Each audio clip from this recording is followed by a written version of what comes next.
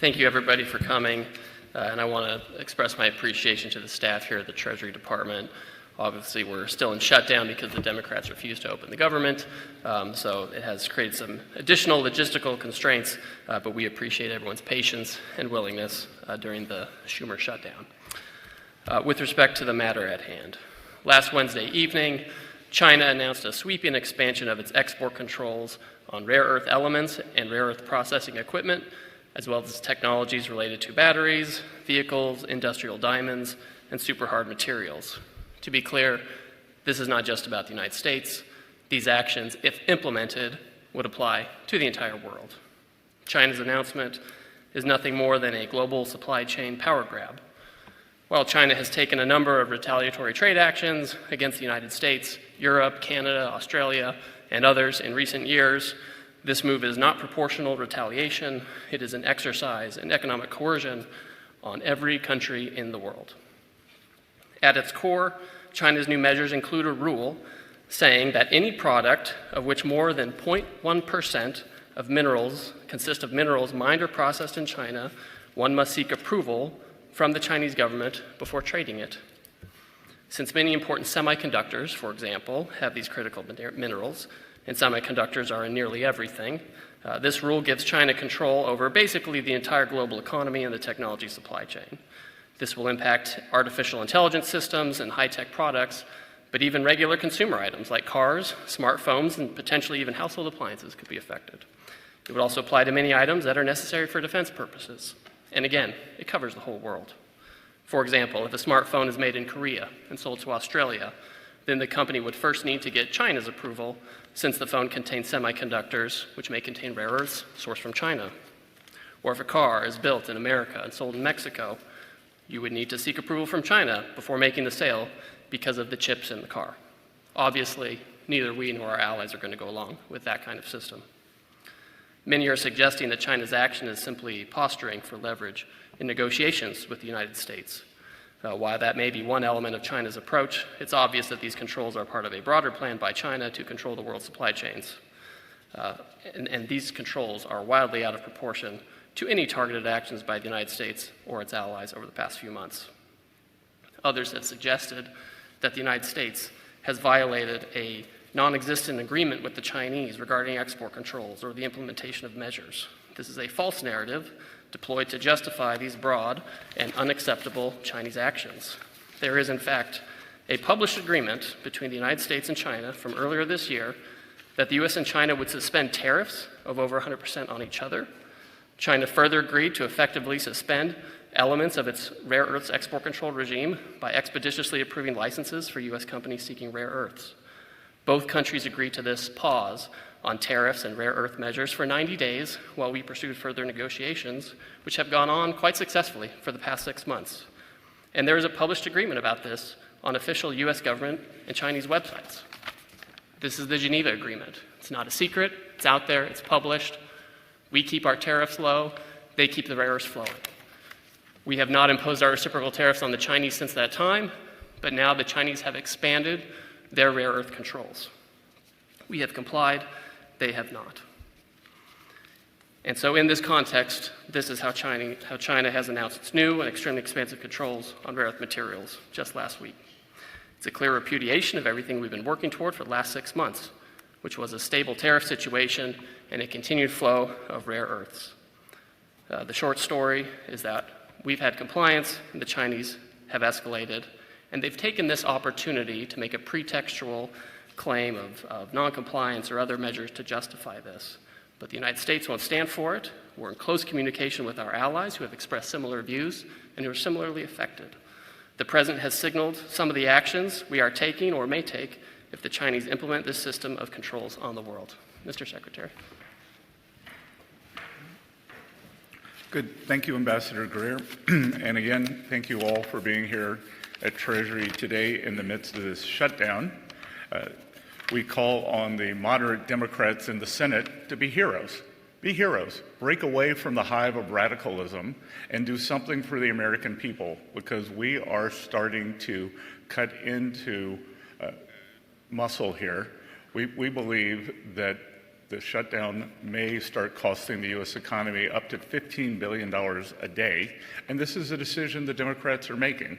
And one of the reasons that they are not being held to task is because the mainstream media is not coming at them the way they would have if the Republicans were willing to keep the government closed. It is a very simple decision. Mike Johnson passed a clean CR. Leader Thune has the clean CR. 3 Democrats have voted for it, and right here, right now, I am calling for the moderate Democrats to be heroes, and reopen the government for the American people. So with that, I want to say thank you. Good morning to all of you. It's a shame we can't have more people here, but I believe that the Democrats will come to their senses soon. Maybe it's after this no kings thing, but no kings equal no paychecks. Before we start on Q&A, I'd like to make a few points on China. As the President said, we want to help China, not hurt it. If some in the Chinese government want to slow down the global economy through disappointing actions and through economic coercion, the Chinese economy will be hurt the most. And make no mistake, this is China versus the world. They have put these unacceptable export controls on the entire world. China is a command and control economy, and we and our allies will neither be commanded nor controlled. They are a state economy, and we are not going to let a group of bureaucrats in Beijing try to manage the global supply chains. As Ambassador Greer said, we had a document and an agreement in Geneva, and magnets were flowing quite well. Some U.S. auto companies have called us in the past week and said that there had been a slowdown in magnets. So when we asked the Chinese about this, they said, oh, it probably had something to do with the holiday. So they can't be trusted with the global supply chain. Had something to do with the holiday. Moreover, this should be a clear sign to our allies that we must work together, and work together we will. There will be a series of meetings this week during World Bank IMF week, and we are all aligned. Not only is China fueling Russia's war, but China's actions have once again demonstrated the risk of being dependent on them on rare earths, and for that matter, anything. If China wants to be an unreliable partner to the world, then the world will have to decouple. The world does not want to decouple. We want to de-risk. But signals like this are signs of decoupling, which we don't believe China wants. And again, we do not want to decouple. We should work together to de-risk and diversify our supply chains away from China as quickly as possible. China says that these rare earths are used in military materials and that they want to maintain peace in the world. Again, it is the purchase of Russian oil by China that fuels the Russian war machine. China buys 60% of Russian energy. They buy 90% of Iranian energy. So who is fueling the Russian war machine? We will be producing photos soon, supplied to us by the Ukrainian government, that shows Chinese parts comprise substantial amounts of Ukrainian drones. So President Trump is the leader of peace. We should work together to de-risk and diversify. China's highly provocative move comes after we have made significant efforts to de-escalate tensions. While there are substantial actions we could take, we'd rather not. I believe China is open to discussion, and I am optimistic that this can be de-escalated. Ultimately, we are confident in the strong relationship between President Trump and President Xi. We've had substantial communication with the Chinese over the past few days, and we believe that there will be more forthcoming this week. With that, we can now take your questions. Elliot? Great, thank you. First question, Eamon Javers, CNBC. Thank you, Mr. Secretary. In your CDC In your CNBC interview just now, you name-checked a Chinese negotiator, Li Chenggong, I believe is how you pronounce his name, from the Ministry of Commerce, as somebody who's particularly difficult to deal with. Is it your sense that there's a split politically inside the Chinese negotiating team, or do you think you're dealing with sort of a strategic good cop, bad cop kind of a relationship on the other side of the table? It's very difficult to know. Perhaps the vice minister who showed up here with very incendiary language on August 28th has gone rogue. Perhaps he's gone rogue. So we don't know. But what we do know is, as Ambassador Greer said, any backfilling that the Chinese are trying to do in terms of narrative, this was well flagged. This individual was very disrespectful, and I'll tell you that we've had 4 rounds of talks, Geneva, London, Stockholm, and Madrid, and both sides approached them with great respect, and this individual did not.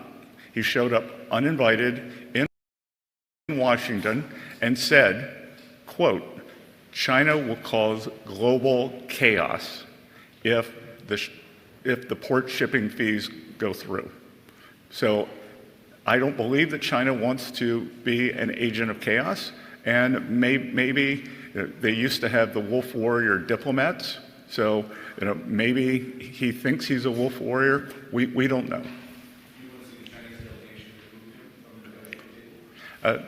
That's up to them. Thank you. Next question will go to Christine with NBC.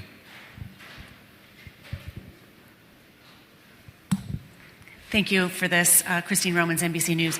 What do you need to see specifically from the Chinese to avoid putting more tariffs on Chinese goods, as the president threatened on Friday? And are the two leaders still expected to meet in the next few weeks?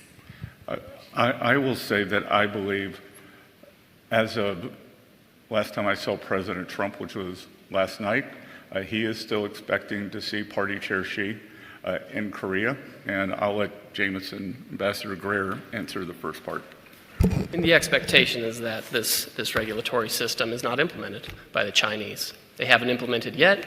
They've put out a notice about it. Similarly, we've signaled our intent to raise tariffs if their system goes into effect. Our documents doing a tariff raise and potentially taking other export controls, these are drafted or in draft, so this is quite real. But our expectation is that they won't implement this, and that we'll be able to be back to where we were a week ago, where we had the tariff levels we've agreed to, and we have the flow of rare earth magnets we agreed to. So much. Next question, we're going to go to Ed Lawrence with Fox. Thanks for taking the questions. So the Chinese have been pretty good at using this rare earth mineral trump card, for lack of a better term. So we're not talking about opening the Chinese market to U.S. trade. We're not talking about protecting intellectual property. Can there be a sustainable framework, a substantial framework with China?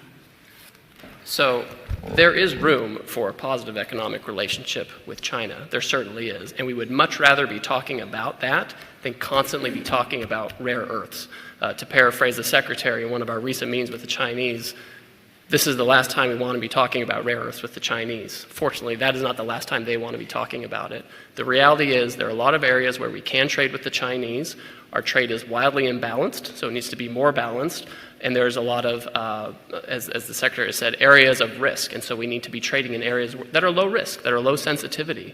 And there are a lot of areas where both the Chinese and us can frankly pick and choose sectors and goods that we should be trading, and services for that matter. And that's where these talks should be focused. Instead, we're constantly focused on the Chinese chokehold on the world of rare earths and rare earth materials. There's an article in the paper today, a large Chinese fashion retailer just opened on Fifth Avenue in New York. It's a competitor to Zara and H&M. We welcome that. We'd also like to see more U.S. retailers on the ground in China, but Costco and Walmart have very big operations there. So again, our goal is not to decouple, it's to de-risk. It seems that China's not phased by our. It seems that China's not phased by our tariffs. What levers then do we have left? I can guarantee you, when we were in Geneva and the tariffs were 145% they were faced. John Decker, great. Thank you, Mr. Secretary, Ambassador Greer. Really appreciate your taking the opportunity. I have a question for both of you about this upcoming case at the U.S. Supreme Court. It's an incredibly important case that could impact the constitutionality of the president's unilateral tariffs on America's trading partners. Really basic question for you, just to begin with. I have two questions for you. Why are the president's tariffs not taxes on imported goods? That's easy, because tariffs are a surcharge, not a tax. They could be paid by the exporter. They could be paid by the country. When you go and get your driver's license, you pay a fee. Is that a tax? Is it a tax? I'm asking you a question, sir. And I just appreciate an answer to it. Thank you. And if we, well, I'm giving you an answer that maybe you don't like. The other thing is, this case, and Ambassador Jameson is a lawyer. I'm not. As am I. Thank you. I won't tell you the one thing I agreed with Lennon on.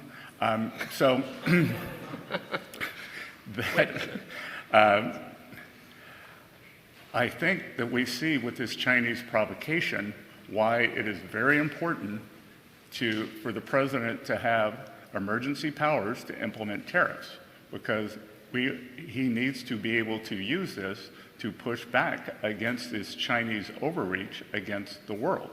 So if it was not clear to anyone on the court before last week that the president needs emergency powers to protect the American people and the American economy, then it should be abundantly clear now.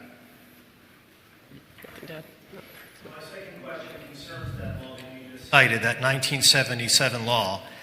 The question is about Brazil, the 50% tariffs on Brazil. Can you explain why they are being hit with 50% tariffs and why it falls under the umbrella of the International Emergency Economic Powers Act?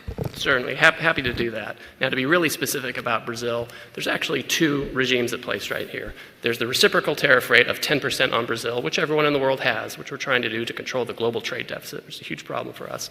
Then on top of that, there's a 40% tariff on Brazil, and that's under a separate emergency, and this is related to extreme concerns with rule of law, censorship, and human rights in Brazil, where a Brazilian judge has taken it upon himself to order U.S. companies to censor themselves, given them secret orders to manage the flow of information, rule of law with respect to political opponents in Brazil. And so when the... And the unlawful detention of U.S. citizens who were in Brazil. Correct. Now, the Treasury Department has often used AIPA, which is the shorthand for the law you're talking about, to impose sanctions, which will cut off countries or companies or persons entirely from the U.S. financial system and cut off trade entirely. If the president can cut off trade entirely, he can certainly impose a tariff, which is a lesser measure than a full sanction. Next question from James with Newsmax. Thank you.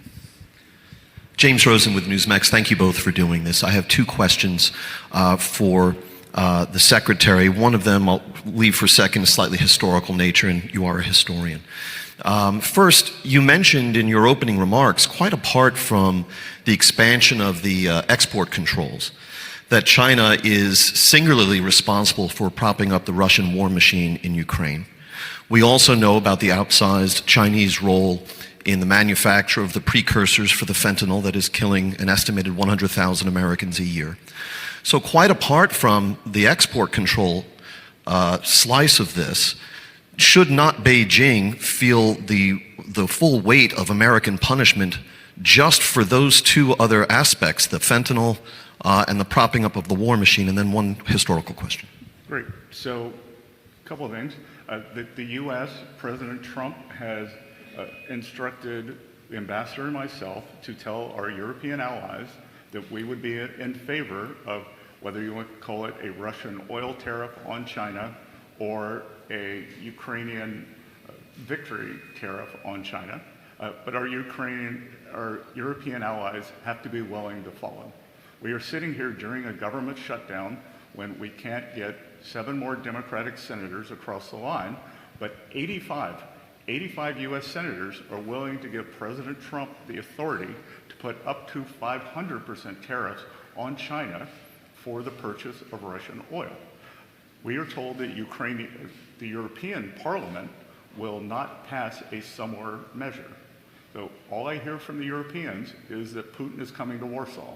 There are very few things in life I'm sure about. I'm sure he's not coming to Boston.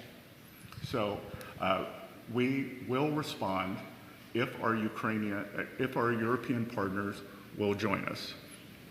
The second, we do have the 20% of the tariff. We have a 20% fentanyl tariff on China, and again, they have all but admitted that they sell the precursor drugs. When we have the discussion, they say, take off the tariff, and then we can fix it. We say, fix it, and show us 6 months of persistence, and then we will take off the tariff. So again, back to the IEPA, if 100,000, 200,000 Americans being killed every year by fentanyl, families ruined, is not an emergency, I'm not sure what is. And by the way, if the Chinese can cut off rare earths and export control them, they certainly can control the precursors for fentanyl as well. When the history of this time is written, and historians are paying attention to President Trump's decision-making surrounding the global tariff program that he has initiated, can you tell us, to your knowledge, when it was, whether it was during the campaign or the preceding 4 years or during the transition or since he took office again, that he decided that he was going not only to rely more heavily on tariffs than he did in his first term, but to go as big on tariffs as he has? When was that decision taken? Oh, I think the decision was taken in the first term, and you would have seen President Trump saying that over the past, since January 20th, that he had a very successful tariff program on China in terms of rebalancing, in terms of purchases that they were supposed to make, which they haven't followed up on. But you heard President Trump say that in his final year, so trade deal was reached with China on January 20th, he was going to expand the tariffs to the world, and then COVID hit. And out of humanitarian necessity, it would not have been appropriate to start putting on tariffs during a period of such great economic disruption.